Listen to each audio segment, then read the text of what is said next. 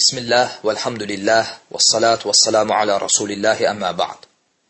Qardaş sualda təcrih fitnəsi barəsində soruşur və həmçinin soruşur ki, belə bir fitnə bizdə mövcuddur mu? Təbii ki, belə bir fitnə bizdə mövcuddur və lakin bəzi insanlar məqsəd yönlü şəkildə belə bir fitnənin mövcud olduğunu inkar etməyə çalışırlar və bu da əbəsdir. Çünki artıq alimlər bu barədə danışıblar, hətta Şeyx Əlbani, Şeyx Salih Əl-Useymin, Şeyx Muqbil, Şeyx Bakr ibn Abu Zeyd, rahiməhumullah, öz sağlıqlarında bu fitnə barəsində danışıblar və cəmaatı bu fitnədən çəkindiriblər. Və hətta Bakr ibn Abu Zeyd bu barədə ayrıca bir kitab yazıb. Təsnifun Nas Beynəz-Zanni vəl-Yəqin adlı bir kitab. Və həmçinin sağ olan müasir sələfi şeyxlər bu barədə danışırlar və bu barədə kitablar yazırlar. Məsələn, Şeyx Abdülmuhsin Əl-Abbad Hafizahullahın Rifqan Əhl-i Sünnə bi Əhl-i Sünnə kitabını misal göstərmək olar. Və bu kitab sırf fitnətü təcrih barəsində yazılmış bir kitabdır. Həmçinin Şeyx Salih Əs-Suheyminin Tənbih Zəvil Əfhəm adlı kitabını misal göstərmək olar. Sırf fitnətü təcrih barəsində yazdığı kitabdır, hansı ki bu kitaba Şeyx Salih Əl-Fovzan təqdim verib. Bu fitnə mövcuddur. Yəni, bu fitnənin var olduğunu inkar etmək əbəsdir. Və həmçinin bu fitnənin fəsadları da bugün göz önümüzdədir. Biz bunu yaşayırıq. Və özünüz cəmaat içərisindəki bu parçalanmanı və dəvətdəki bu durğunluğu görürsünüz. Və bu fitnənin nəticəsi nədir? Bu fitnənin nəticəsində müsəlmanların, nəinki sıravi adi müsəlmanların, hətta elm tələbələrinin belə ırzları ayaqlar altına alınıb. Müsəlmanların haqqında danışmaq, qeybət və nəmmamlıq, yalan və iftira adi bir hala çevrilib. Və bütün bunlar bu təcrih fitnəsinin nəticələridir, fəsadlardır.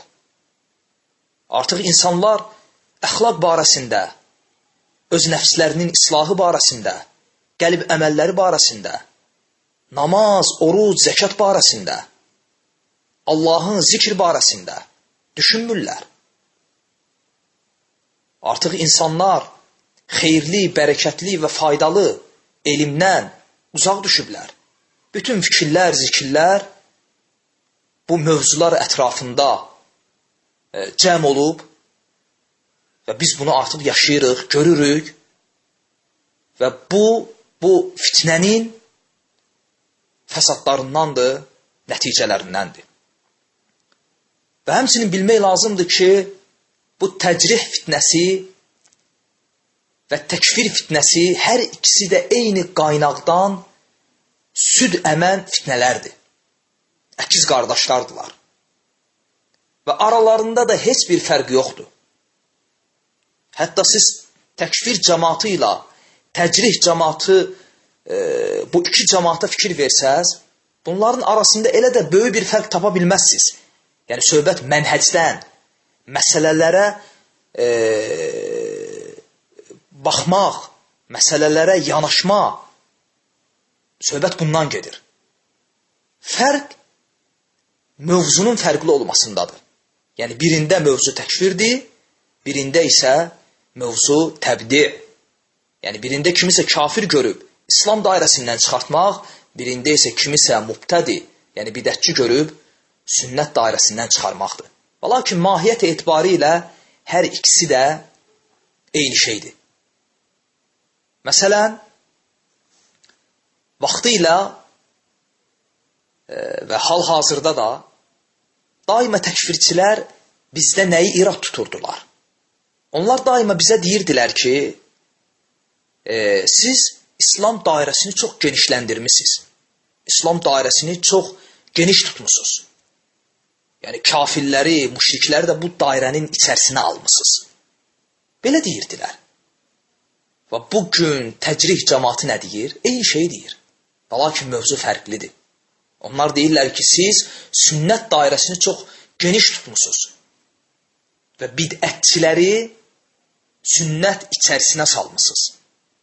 Birincisi böhtan və yalan olduğu kimi, ikincisi də eyni böhtan və yalandır.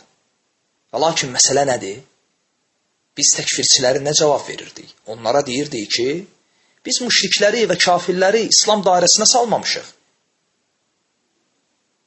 Bizim İslam dairəsində gördüklərimiz, bizim müsəlman gördüklərimizdir.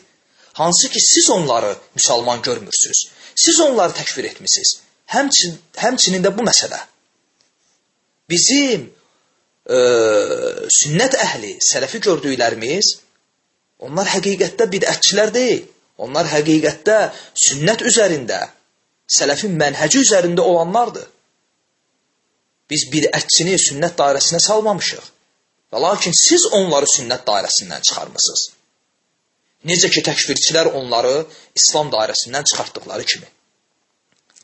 Həmçinin təkfirçilər bizə nə deyirdilər? Onlar deyirdilər ki, siz elə danışırsınız ki, sizin sözlərinizdən elə çıxır ki, siz elə bil istəyirsiniz ki, elə hamı müsəlman olsun. Yəni, kimisə təkfir etmək istəmirsiniz. Və bugün bu cəmaat bizə nə deyir?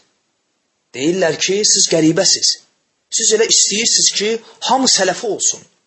Heç kəsi sünnət dairəsindən çıxarmaq istəmirsiniz. Fikir verin, eyni mənhəcdir və lakin mövzu fərqlidir. Həmçinin təkfir cəmaatı bizə nə deyirdi? Onlar deyirdilər, qayda qoyurdular ki, mən ləm yükəffir kafir fəhvə kafir. Kim kafiri kafir görməsə, onun özü kafirdir. Və təcrih cəmaatı nə deyir? Kim bidətçini bidətçi görməsə, onun özü bidətçidir. Eyni qayda və lakin mövzular fərqlidir. Bəli, bu qayda səhih qaydadır. Əgər düzgün tətbiq edilsə, təkfir cəmaatının problemi bu cür qaydaları yerinə düzgün oturtdurmamaq idi. Və bugün təcrih cəmaatının da problemi budur. Qaydaları yerinə düzgün oturtdurmamaq. Həmçinin təkfir cəmaatı bizə nə deyirdi? Onlar deyirdilər ki, siz müşrikləri müdafiə edirsiniz. Siz müşriklərin və kafirlərin vəkilisiz. Bizə belə deyirdilər. Və biz onlara nə deyirdik?